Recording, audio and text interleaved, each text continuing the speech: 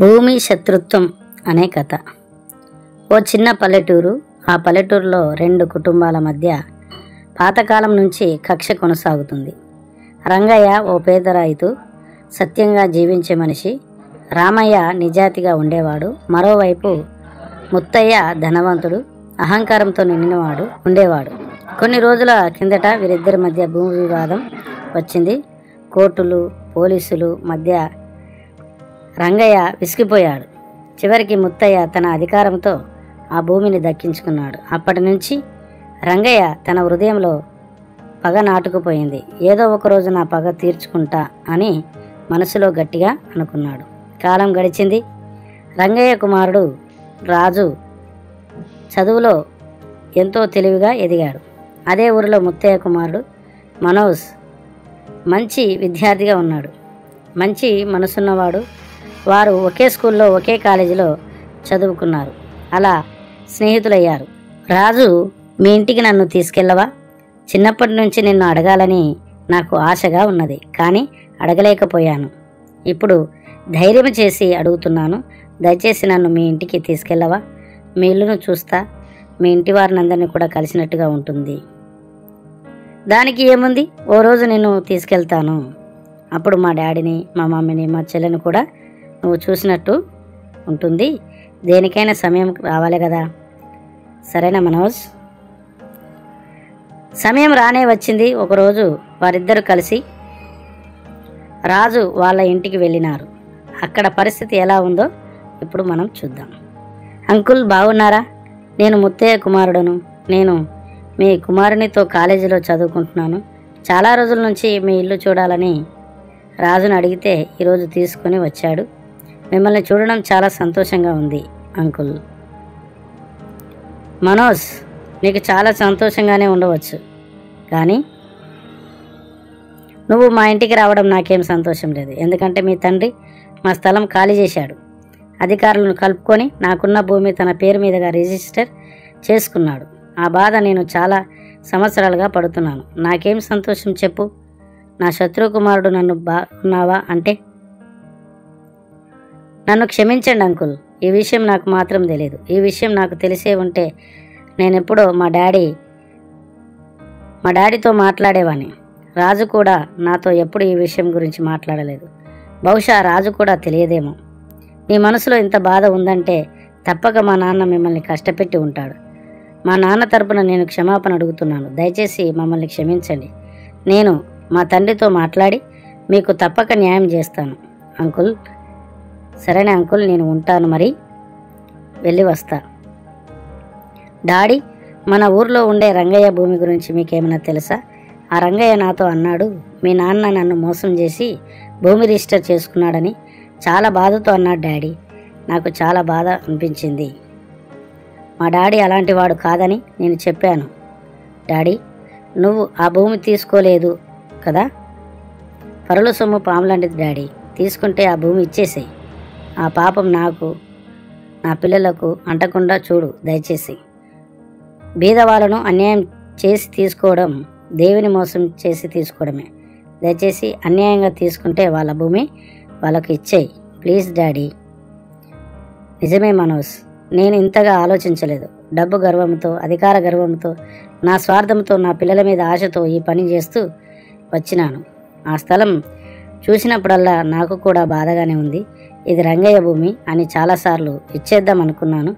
నాలో అహం అడ్డం వచ్చింది, ఇవ్వలేకపోయాను. మనోజ్, నన్ను క్షమించరా. ముత్తయ్య భూమి ముత్తయ్యకి ఇచ్చేద్దాం. నేను కాదు నాన్న, రంగయ్య నిన్ను క్షమించాలి. అప్పుడే రాజు నేను కలిసి ఉంటాం. మనం కుటుంబాలలో సమాధానం కూడా ఉంటుంది. తప్పు అందరూ చేస్తారు డాడీ, క్షమాపణ ఎవరు అడగరు. ఒకసారి క్షమించమని అడుగు, ఆ తర్వాత నీ హృదయంలో చెప్పరాని సంతోషం కలుగుతుంది. ప్లీజ్ డాడీ, ఒకసారి మనమందరం మనుషులమని గ్రహిద్దాం. డబ్బు పక్కకు పెట్టు డాడీ, పేదరికం పక్కకి పెట్టు డాడీ, అందరం కలిసి ఉందాం. సరే మనోజ్, వెళ్దాంపా. నేను కూడా అతనితో మాట్లాడి నేను కూడా క్షమాపణ చెప్తాను. అతనికి ఆ భూమి ఆయన పేరు మీద రిజిస్ట్రేషన్ కూడా చేయిస్తానని చెప్తాను. అలా తండ్రి కొడుకులు చర్చించుకొని రంగయ్య ఇంటికి బయలుదేరినారు. చివరికి వారింటికి చేరుకున్నారు. రంగయ్య, నేను నిన్ను బాధ పెట్టాను, దయచేసి నన్ను క్షమించు. నేను చేసిన తప్పుకు ఆ భూమి నీ పేరు మీద నా సొంత డబ్బులు పెట్టుకొని రిజిస్ట్రేషన్ చేసి ఇస్తాను, సరేనా రంగయ్య? పిల్లల స్నేహం కొరకే మీరు ఇంతగా తగ్గి వచ్చి నా భూమి నాకు ఇస్తానని చెప్పడమే గొప్ప. మీరు పెద్దవారు, నన్ను క్షమించమని అడగడం పెద్ద మాట. మిమ్మల్ని క్షమించే అంత పెద్దవాడిని కాదు. దయచేసి నన్ను అర్థం చేసుకోండి. మనమందరం కలిసి ఉందాం, వారి స్నేహాన్ని కూడా గౌరవిద్దాం. మనోజ్, నీ స్నేహం ఎంత గొప్పది. అది రాజు మీద ఉన్న ప్రేమ మరియు స్నేహం. నేను నీ తండ్రి మీద పగ పెట్టుకున్నాను, కానీ నీ ప్రేమను చూసి నేను మారిపోతున్నాను. పగతో జీవితాలు నిర్మించలేం, ప్రేమే మార్గం అని రుజువుపరిచావు మనోజ్, చాలా థ్యాంక్స్. నీతి: పగ అనేది మన హృదయం దూరం చేస్తుంది, కానీ స్నేహం, ప్రేమ, మార్పు ఇవే నిజమైన శక్తులు. వాటి ముందు పగ నిలవదు, శత్రుత్వం నిలవదు. నమ్మక ద్రోహం అనే కథ. లక్ష్మాపురం గ్రామంలో రవి అనే వ్యక్తి ఉండేవాడు. అతను చాలా మంచి మనిషి. ఎవరైనా సహాయం అడిగితే వెంటనే చేయడానికి సిద్ధంగా ఉండేవాడు. అందుకే గ్రామంలో అందరికీ ఇష్టమైన వ్యక్తిగా మారిపోయాడు. రవికి తన చిన్ననాటి మిత్రుడు రజనీకాంత్ మీద అపారమైన నమ్మకం ఉండేది. ఇద్దరు కలిసి పెరిగారు, కలిసి చదువుకున్నారు.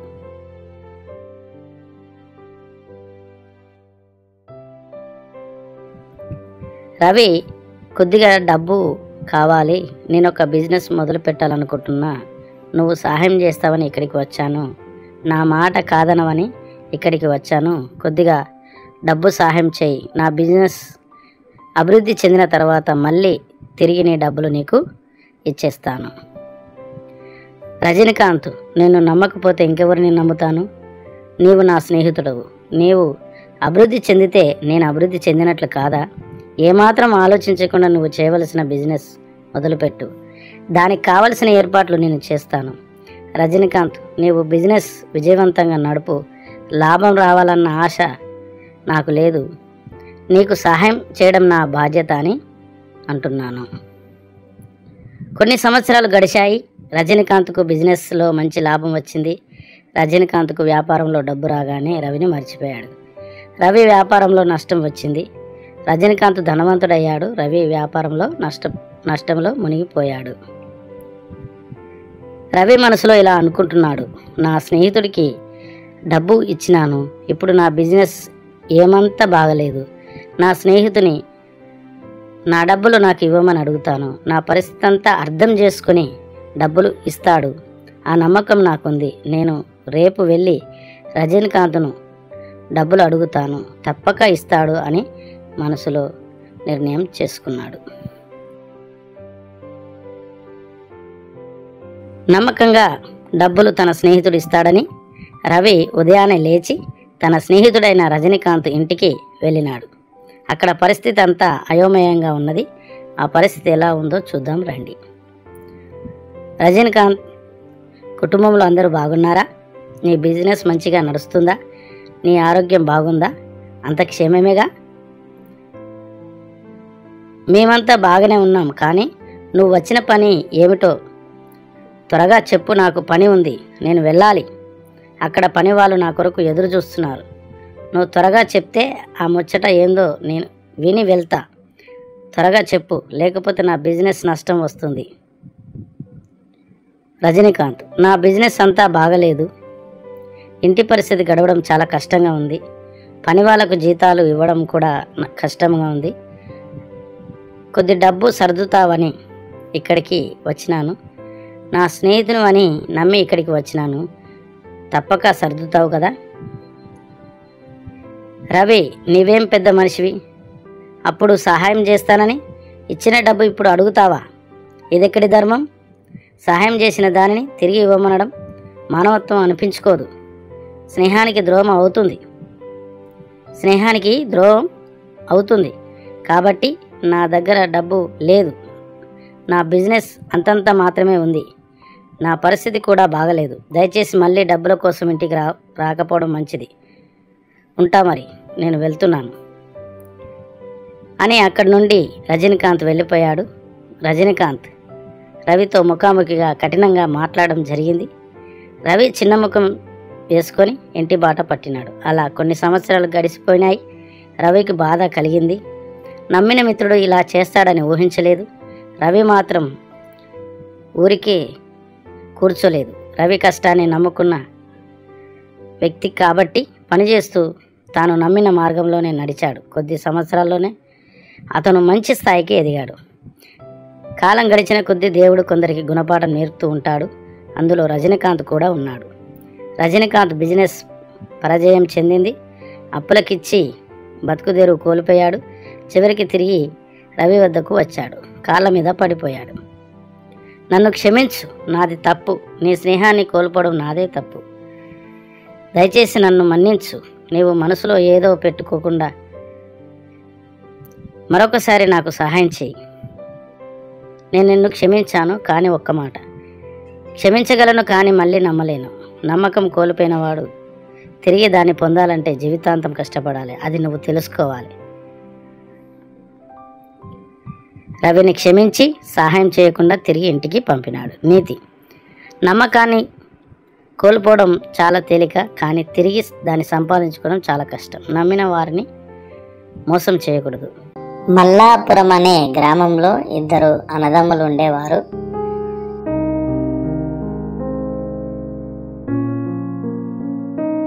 పెద్దాయన పేరు రంగడు, చిన్నోడు పేరు సింగడు. వారి చిన్నతనంలోనే తల్లిదండ్రులు చనిపోయినారు. అయితే అన్నయ్య రంగడు తల్లిదండ్రులు లేని లోటుతో తమ్ముణ్ణి పెంచాడు, బాగా చదివించాడు.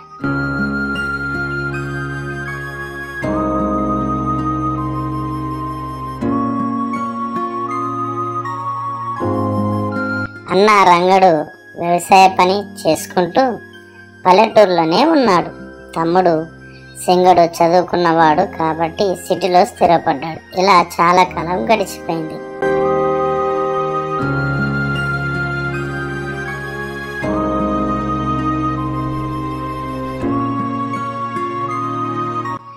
అన్న రంగడు ఒకరోజు ఇలా అనుకుంటున్నాడు, మా తమ్ముడు సిటీలో ఉన్నాడు, అక్కడ పరిస్థితులు ఎలా ఉన్నాయో ఏమో, వానికి 3 పిల్లలు, ఎలా సంసారం గడుస్తుందో. సిటీలో రూమ్ కిరాయిలు, ఇంటి ఖర్చులు, రవాణా ఖర్చులు, హాస్పిటల్ ఖర్చులు బాగా ఉంటాయి కదా. తమ్ముడు ఎలా ఉంటున్నాడో ఏమో, కనీసం నేను సంపాదించిన దానిలో కొంత మా తమ్మునికి పంపుతా అనుకున్నాడు రంగడు.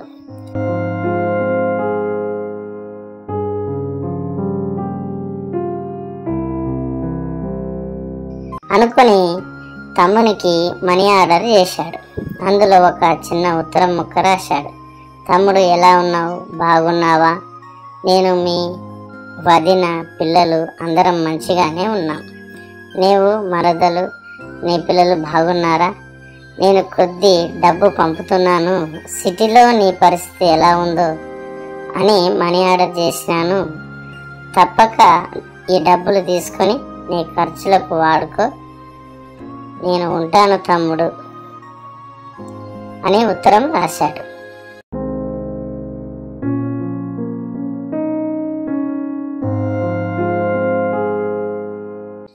తమ్ముడు సింగడు తన మనసులో ఏ విధంగా అనుకుంటున్నాడు, మా అన్న చిన్న పల్లెటూరులో ఉన్నాడు. అన్నకి 2 పిల్లలు, వారి చదువులు ఎలా ఉన్నాయో ఏమో, వారి ఖర్చులు ఎలా ఉన్నాయో ఏమో, అక్కడి పరిస్థితులు ఎలా ఉన్నాయో ఏమో, పంటలు ఎలా ఉన్నాయో ఏమో. ఇంతవరకు మా అన్న కనీసం ఒక ఉత్తరం ముక్క కూడా రాయలేదు. అక్కడ పరిస్థితి బాగలేనట్టుంది. కనీసం నేను సంపాదించిన దాంట్లో నుండి కొద్దిగా మా అన్నకు పంపుతాను. ఇది చాలా మంచిది. నేను వెంటనే ఉత్తరం రాస్తానని అనుకొని ఒక ఉత్తరం రాశాడు.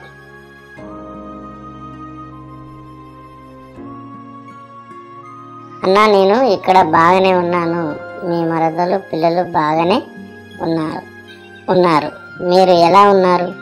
అందరూ బాగానే ఉన్నారని అనుకుంటున్నాను.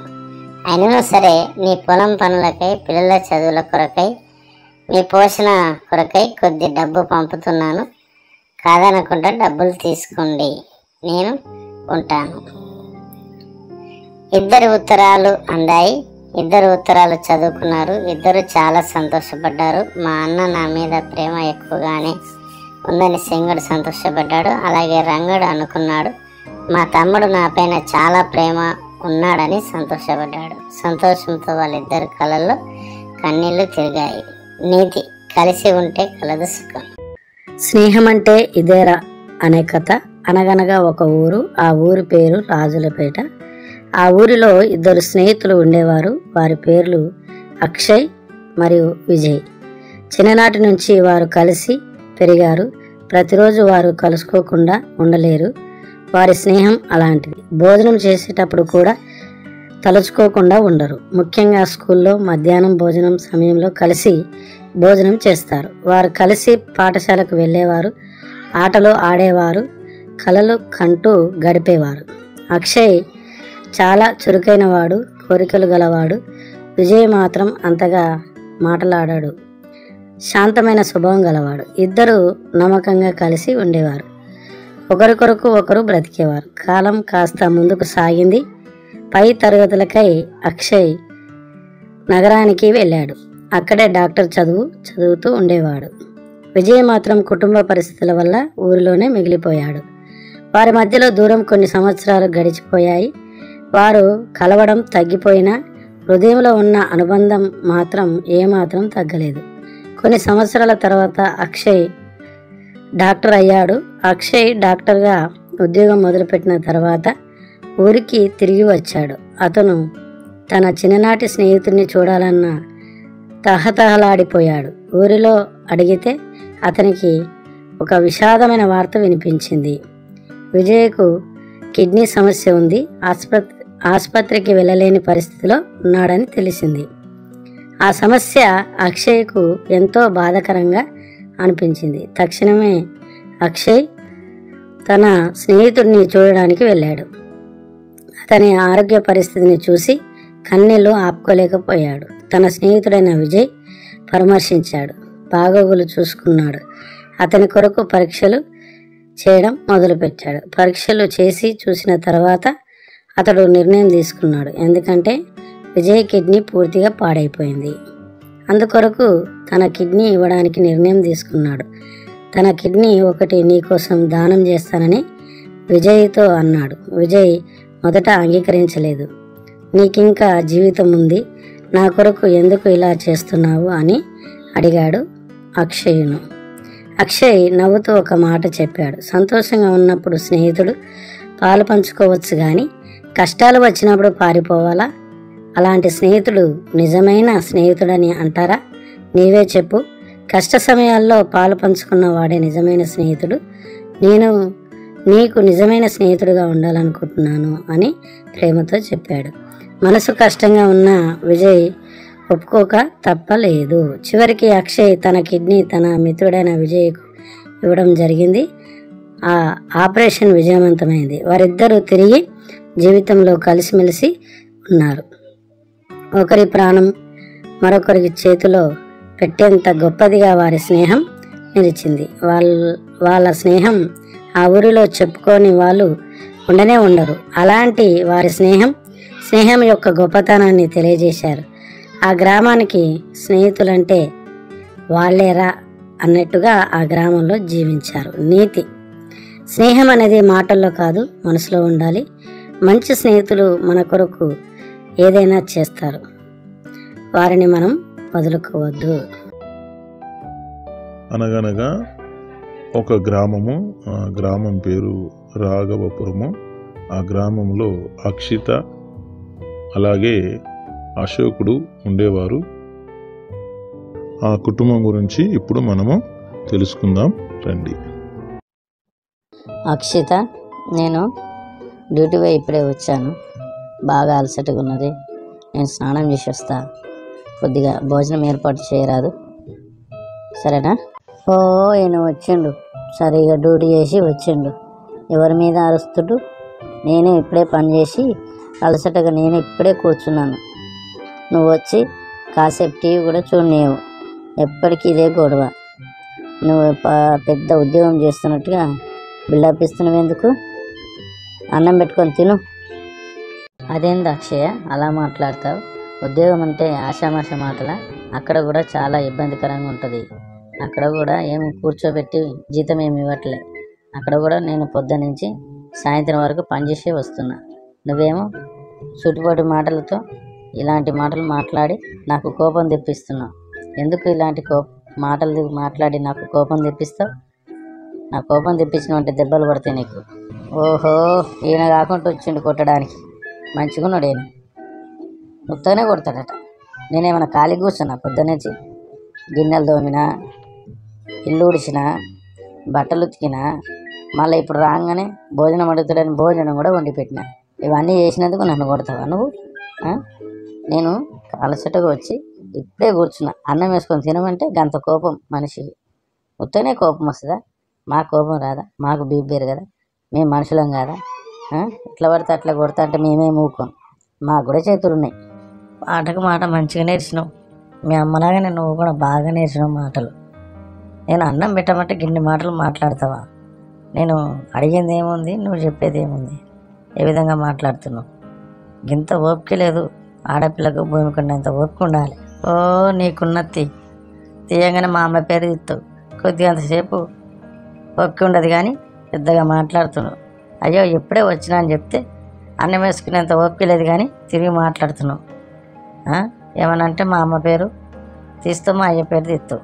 మీ అమ్మ పేరు మీ అయ్య పేరు తీస్తే ఊరికొస్తుంది కోపం.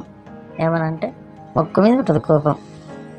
ఇంత ఓపిక ఉండదు కానీ ఏమన్నావు ఇప్పుడు? మళ్ళీ మా అమ్మ పేరు మా అయ్య పేరు తీస్తావా? మాటకి నేర్చావు. నీ సంగతి అయితే చూడు. ఈ విధంగా గొడవ ద్వారా అశోక్ అక్షితను 4 దెబ్బలు వేస్తాడు.